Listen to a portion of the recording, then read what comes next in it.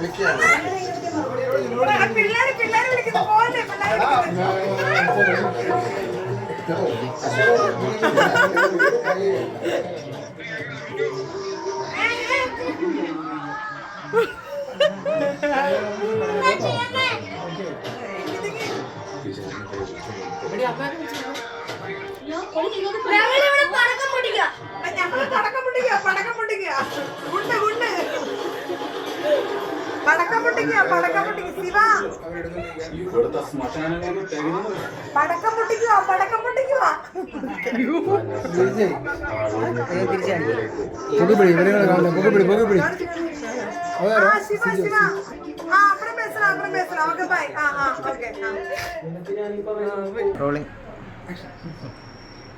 അർജുന് വേണ്ടി ഓരോ എവിക്ഷനിലും നോമിനേഷൻ ടൈമിലും വോട്ട് ചെയ്ത എല്ലാ പ്രേക്ഷകർക്കും, എല്ലാ സ്നേഹം നിറഞ്ഞ സുഹൃത്തുക്കൾക്കും ഒരുപാട് നന്ദി.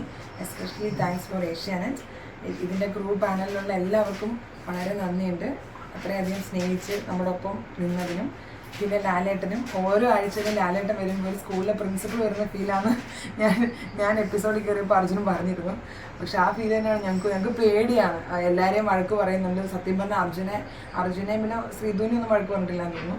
ഇതുവരെ ലാലേട്ടൻ അങ്ങനെ ഒന്ന് ഷൗട്ട് ചെയ്ത് പറയുമോ അല്ലെങ്കിൽ മോൻ കറപ്പിച്ച് പറയുകയോ ചെയ്തിട്ടില്ല. അതിനുള്ള ഇടം വരുത്തിയിട്ടില്ല അർജുൻ. പക്ഷെ അത് കാണുമ്പോൾ നമുക്കൊരു സന്തോഷമുണ്ട്. അദ്ദേഹത്തിൻ്റെ വായിൽ എന്തെങ്കിലും ചീത്ത കേട്ടെങ്കിൽ പിന്നെ തീർന്ന് ആ ഒരു കണ്ടീഷനിലായിരുന്നത്. അതുപോലെ തന്നെ ഹൈഡായിട്ട് നിൽക്കുന്ന നമ്മുടെ ബിഗ് ബോസ് എന്ന വ്യക്തിക്ക് ഒരുപാട് നന്ദിയുണ്ട്. ഒരുപാട് തവണ അദ്ദേഹത്തിൻ്റെ വായിൽ നിന്ന് അർജുൻ എന്ന് വീഴാനിടയായി. അതൊക്കെ ഏതൊരു സാധാരണക്കാരും ആഗ്രഹിക്കുന്ന കാര്യമാണ്. ഈവൻ ഞാൻ പോലും കയറിയപ്പം എനിക്ക് തന്നെ ഭയങ്കര അത്ഭുതം തോന്നിയൊരു കാര്യമാണത്. അതുകൊണ്ട് ഇതിന്റെ പിന്നിലുള്ള എല്ലാ അണിയറ പ്രവർത്തകർക്കും, ബിഗ് ബോസിനെ സ്നേഹിക്കുന്ന എല്ലാവർക്കും, വോട്ട് ചെയ്ത എല്ലാവർക്കും, പോസിറ്റീവ് കമന്റ്സ് ഇട്ട എല്ലാവർക്കും, നെഗറ്റീവ് കമന്റ്സ് ഇട്ട എല്ലാവർക്കും എസ്പെഷ്യലി താങ്ക്സ്. കാരണം നെഗറ്റീവ് ഉള്ളതുകൊണ്ടാണ് നമ്മളിവിടെ എത്തിയെന്നാണ് എനിക്ക് തോന്നുന്നത്.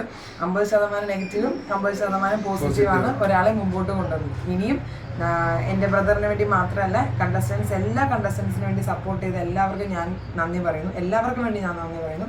ഇനി സീസൺ 7 സ്റ്റാർട്ട് ചെയ്യും. അപ്പോഴും ഇത് ഫോളോ അപ്പ് ചെയ്യുക. എല്ലാവരും അവനവൻ്റെ ഗെയിം അല്ലെങ്കിൽ അവനവൻ്റെ പേഴ്സണൽ ആവശ്യങ്ങൾക്ക് വേണ്ടിയിട്ടായിരിക്കും ഇങ്ങനെ ഒരു ഷോയിൽ പങ്കെടുക്കുന്നത്.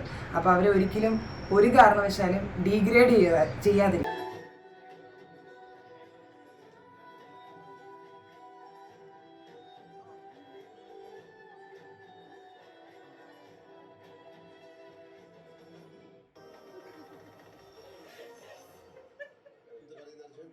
ഒരു സ്വപ്നം കണ്ടപോലെ